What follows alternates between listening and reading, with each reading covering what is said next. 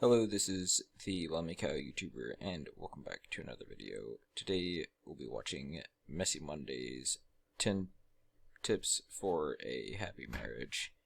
I will be watching it, commentating on it, and then reading some of the comments thereunder. So, without any further ado, let's just get right into this. Hi, I'm Josh. And I'm Kelly. And we've been married since August 29th, 2010. Which makes that... what? Two and a half years?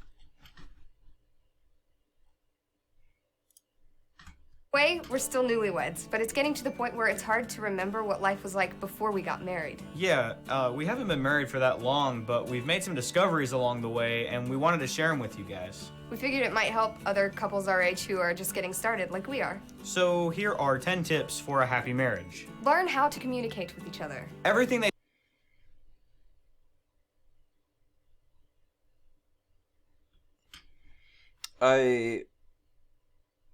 I don't think there could have been a more cliche number one.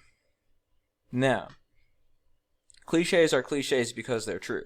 Or at least, that's the cliche response. And it's true. Which is why it's a cliche.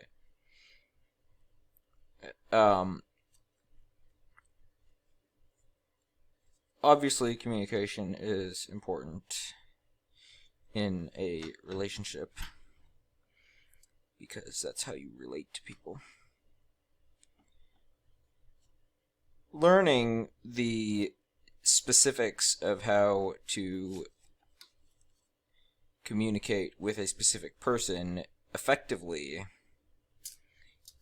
and learning the specifics of how a specific person communicates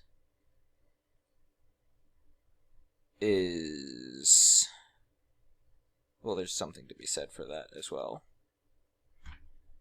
They tell you leading up to marriage is that you need to communicate with your spouse. That's like the number one thing they say. But what we've discovered that they don't tell you is that a lot of communication isn't just how you talk to each other. Yeah, sometimes it's about knowing when the other person needs space. Yeah, like with Kelly, sometimes there might be something going on with her, but she just doesn't want to talk about it, and instead she just needs me to sit on the couch and watch Doctor Who with her for hours.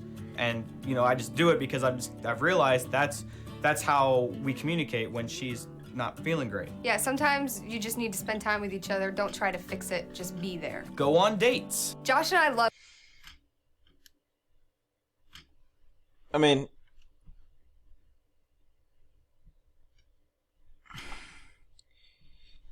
yeah, I guess I could tie that together with communicate as well, because that's one of those things that people can sometimes forget to do as much once they're married.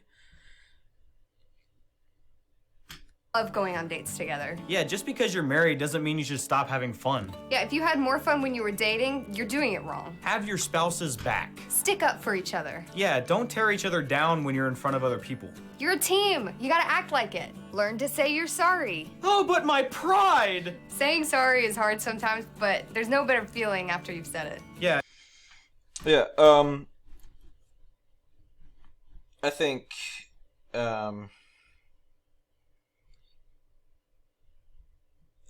sometimes it's hard to say sorry, and sometimes it's best not to necessarily say sorry immediately. But, you know, give yourself a space, maybe 30 minutes, come back, say sorry. Don't let the sun go down on your anger, as it were. And there's no quicker path to peace for a household. Well, other than... forgiveness! Don't hold mistakes over your spouse's head. Yeah, keep no record of wrongs, and when you forgive, forget immediately, as best you can. Once we met this couple who'd been married for 50 years, and we asked them what the key to a successful marriage was, and they said forgiveness, and we never really forgot that. They were cute. so we believed them. Find things you both enjoy doing together. Hopefully you two already have a lot of things you're interested in together. But if not, you can improvise. Find something that both of you like to do and do it. Don't just live together. Yeah, Kelly and I here, we like to play board games together. Sometimes it feels like we play Ticket to Ride every night. Sometimes.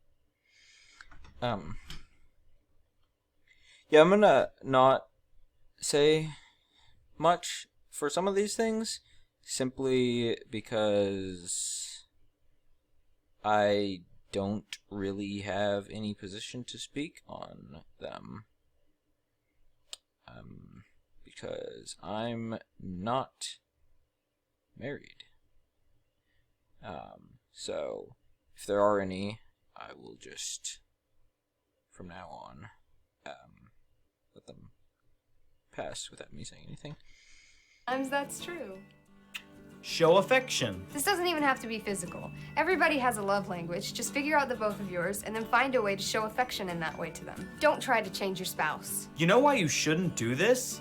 Because you can't do this. It's impossible to change someone else, and if you try, you're just gonna be miserable. Yeah, and if you really think about it, what you're actually doing is making your happiness contingent on how somebody else behaves. We've discovered that the best thing to do is just lead by example. Oh, and encourage your spouse if you see they're making an effort. Which leads to the next one.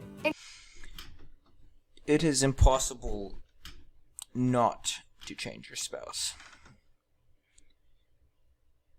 It is impossible, or at least not really plausible, to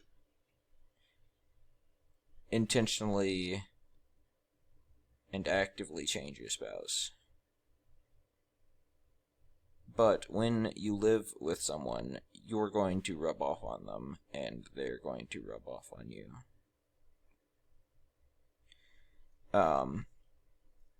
And the better of a person you are to them, the more effectively that will, more effectively and more quickly, that will come to pass from both you to them and them to you. Encourage each other. Guys, you need to be your wife's biggest fan. And girls, you need to be your husband's biggest fan. If you see something that brings your spouse to life, maybe they're working on a project or doing an activity, and you can tell they're really excited about it, you need to do your best to encourage them in that. Be a servant. This is the #1 craziest thing that we've learned about marriage so far, and it's that if you want to be in a happy marriage, you cannot focus on being happy. Committing your life to someone isn't about making yourself happy. It's about pledging to serve the other person. Yeah, like, you have to put what you want second, because if you put it first, you're inevitably going to be disappointed when you don't get what you want. Now, we're not saying that we do this all the time. No. But that's what marriage is supposed to be. It's about putting the other person's wants and needs above your own. So there you have it. 10 things about marriage that we've learned so far. Hopefully you enjoyed these tips even if you're not married. Marriage is hard work, but it can be really fun if both people are fully committed. Now, if you'll excuse us, we're gonna go play Ticket to Ride. Switzerland? You know it. Let's go.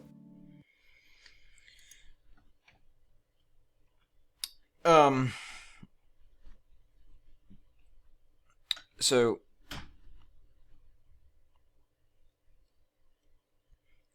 obviously, as they admitted, they're not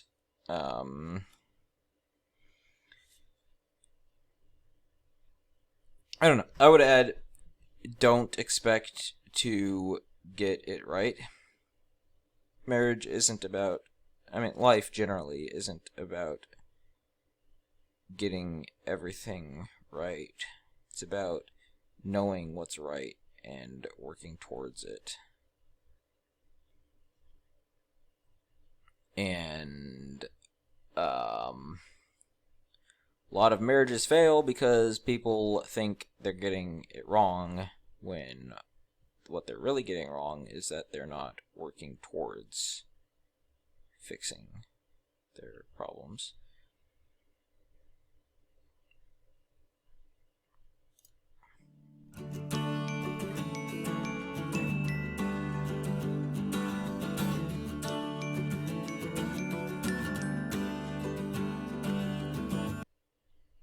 That's a different outro music. Anyways, I'm gonna go and read some comments. Alright, so I've gone ahead and picked out a few comments that I'll go through and read really quickly now. At Wario Mondenkind says, "Can we please have Jordan and Sarah do a sequel to this, please?" I think you should have said please a couple more times. I do think they have made, not like a direct sequel, but like they've made a similar video, I think, or two, including, I think, something on Jordan's personal YouTube channel. But yeah, that was 6 years ago, which was, I think, right around the time that Jordan and Sarah got married. So, at Save by J says, successfully married for 23 years. Spot on advice, although it is 32 years now, if that was actually 9 years ago. And it is spot on advice. Actually, keeping this stuff in mind and living by it is another thing, but it is good advice. At Catherine C. 1003 says, "I love this. My husband and I pretty much agreed on all these points before we got married back in 2009, and we've got stable and incredibly happy marriage. I think it's important not to tear each other down. I see so many couples crack on each other, and even though most of the time it comes off as funny, every once in a while it hurts, and that hurt can build up into resentment. It's less funnier, but way happier to just be nice and ditch the jokes at each other's expense." So yeah, I mean, I like make cut down jokes and stuff. It's all fun with my guy friends, but I don't think I could really with my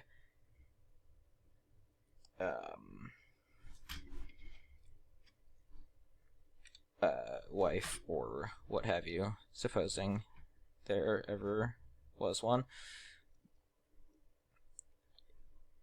At Jason Talbot 4293 says, "I've been married for 12 years. I would say you are spot on.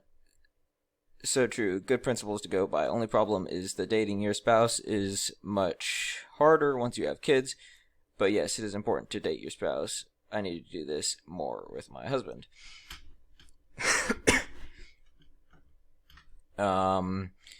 Yeah.